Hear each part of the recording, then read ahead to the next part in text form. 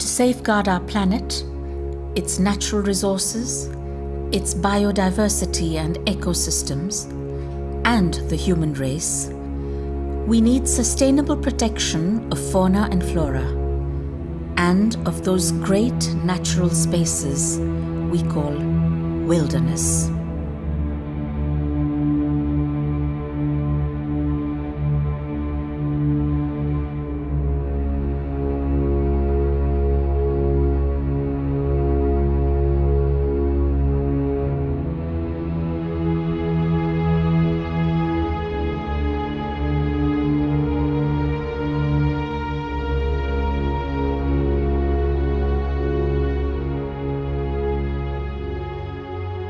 National parks and protected areas should be the safest havens for wildlife in every country. But many parks are failing to protect their wildlife, and conservation is on the decline.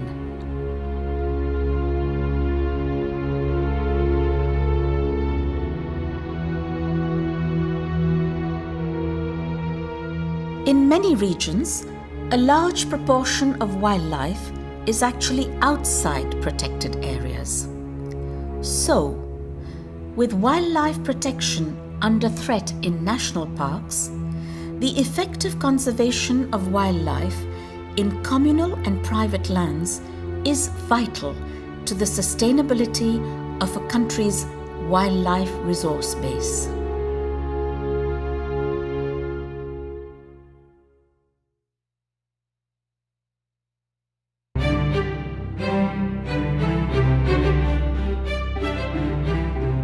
In Kenya, outside the national parks, one region has developed a unique system which is protecting wilderness and wildlife and ensuring stable or increasing wildlife populations. And it is creating work for its people. This is Laikipia, 10,000 square kilometers of hope for sustainable wildlife conservation.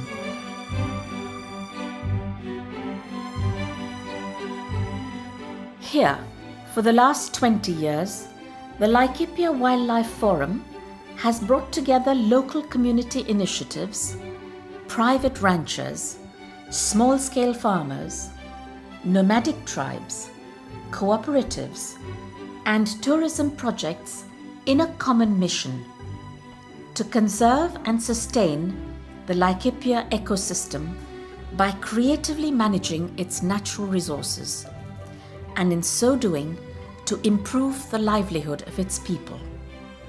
And it works.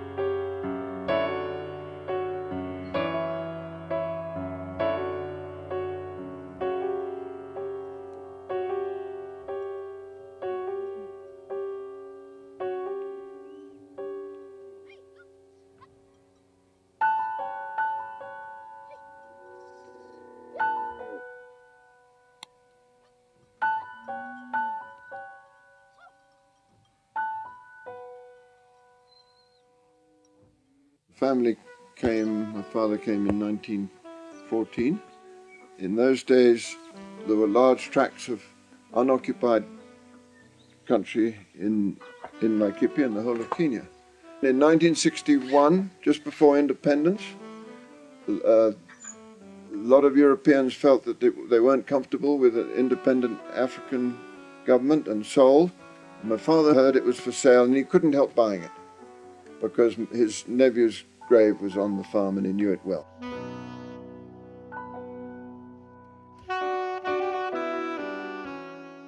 of course, at the same time, when my father bought this farm, there were other properties for sale. By this time, there were wealthy Kikuyu businessmen, and they would buy them, and they would split them up into little 5-acre plots, and this is very marginal land, you've seen it. And there were all these new settlers, I call them new settlers, mostly Kikuyu, and they would pay anything for just a piece of rock, and they did.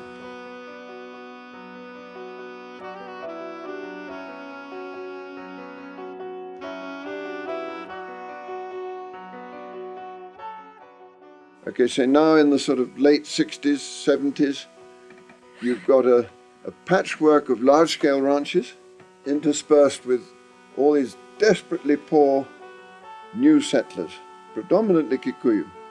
There was room for wildlife. There always is on a cattle ranch. There were elephant, there were lion, and thousands of zebra, a lot of room for wildlife.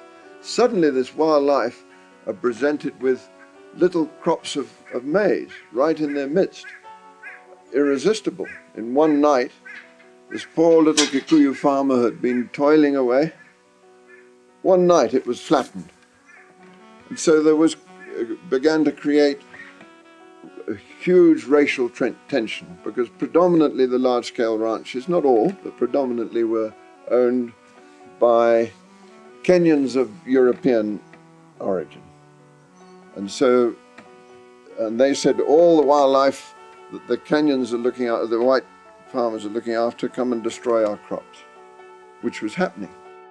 This is 10 hectares of Pelargonium pseudoides, which is a medicinal plant used in the treatment of bronchitis, especially in children, grown organically here in Olmaiso.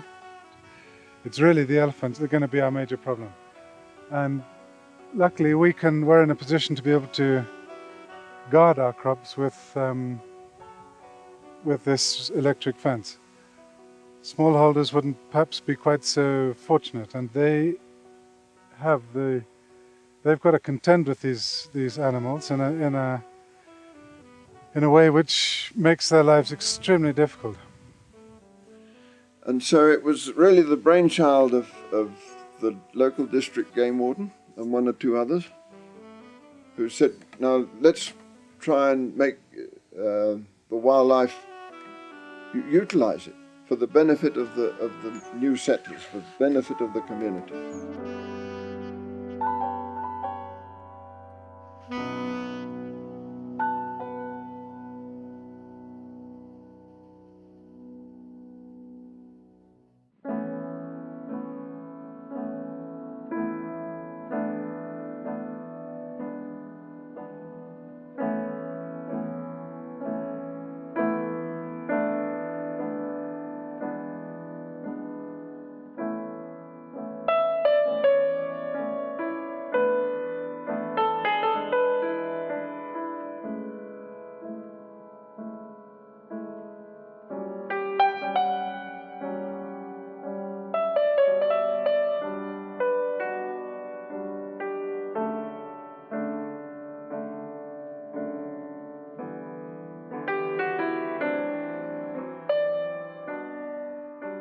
Richard Leakey was the director of KWS at that time. He's a forward-thinking guy, and he accepted what he called an experimental period and opened up a cropping scheme.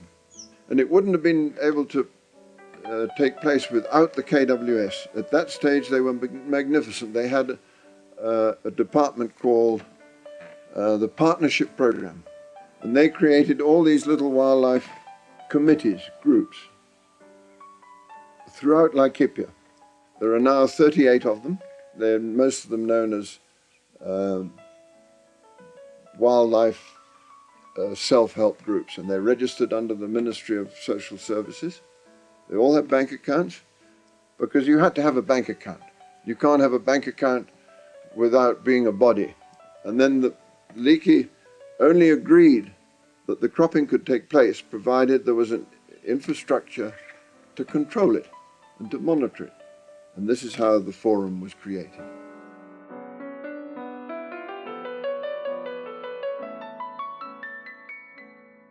In the formation of the forum, we split it into 5 geographical areas, not designated by administrative boundaries, but by boundaries of wildlife migration.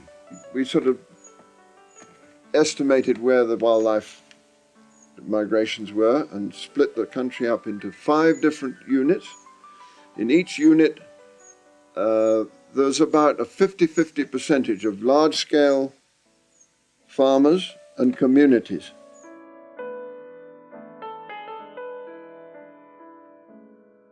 Every year, the director has to be elected by that unit. It's all extremely democratically arranged, and it's very possible for the Africans or even the Maasai to take over the whole of the executive running of the forum.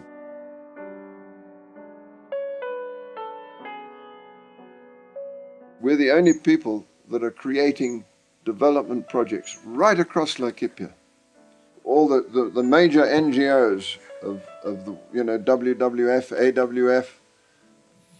AWF, they've suddenly seen the Laikipia Wildlife Forum as their conduit to really get something into the ground. I think our most important employees are what we call our community liaison officers. And those guys are right in the ground. They know exactly what the community wants. It's not WWF coming in and saying, oh, we're going to build a lodge here for you guys. Forget it. That's not the way to go around. You want it. These guys know what they want. And that's the way it's coming through. Wilderness, you cannot put a value on wilderness today. Really, the first person in Laikipia to move into conservation was the Craig family, Lewa Downs. They spearheaded that whole concept that this land was so important to keep as one unit. We are committed to ensuring politically that this land isn't taken over and split up into 1-acre plots. It's simply not the way to go. It's not going to help anybody.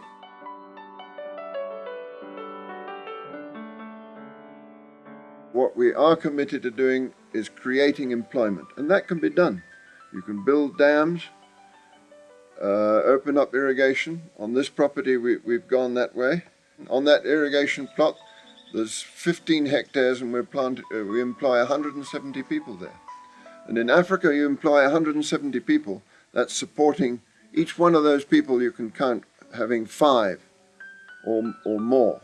And so what we're all striving for now is to create employment. And it's not good enough to sit on this land and run cattle and sheep. That's outdated. Okay, that's that's only one fraction of the land use. So that's really the future of Laikipia, is to create employment and to try and demonstrate to the community that livestock isn't everything. In the past, all they wanted to do was see thousands of cattle. Now they actually understand cash, they understand education, and they'll put their money into sending their children to school, and so employment is paramount. Even the Maasai to the north, their first request for help is a job.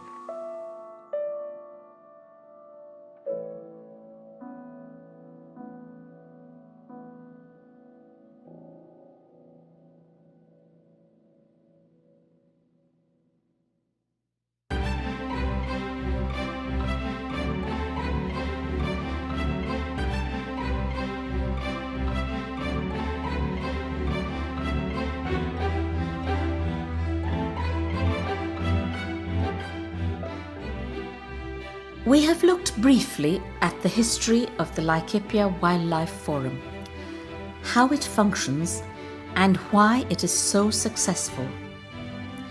And this leads us to a key question for now and for future generations. Could Laikipia be a blueprint for other parts of Africa, Asia and South America, a model for successful, working, sustainable environments outside of national parks and protected areas where wildlife is preserved and people prosper side by side?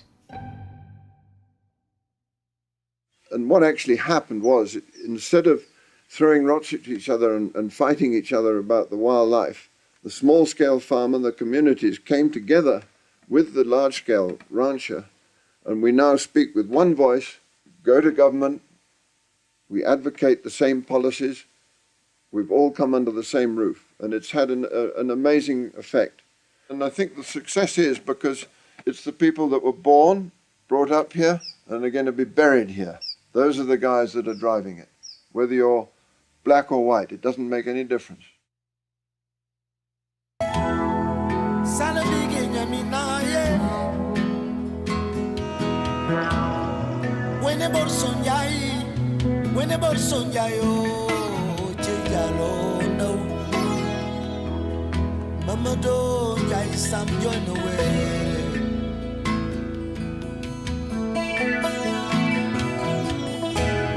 La joranga jal kuli joranga nobo falfanti nai jorma samba yasino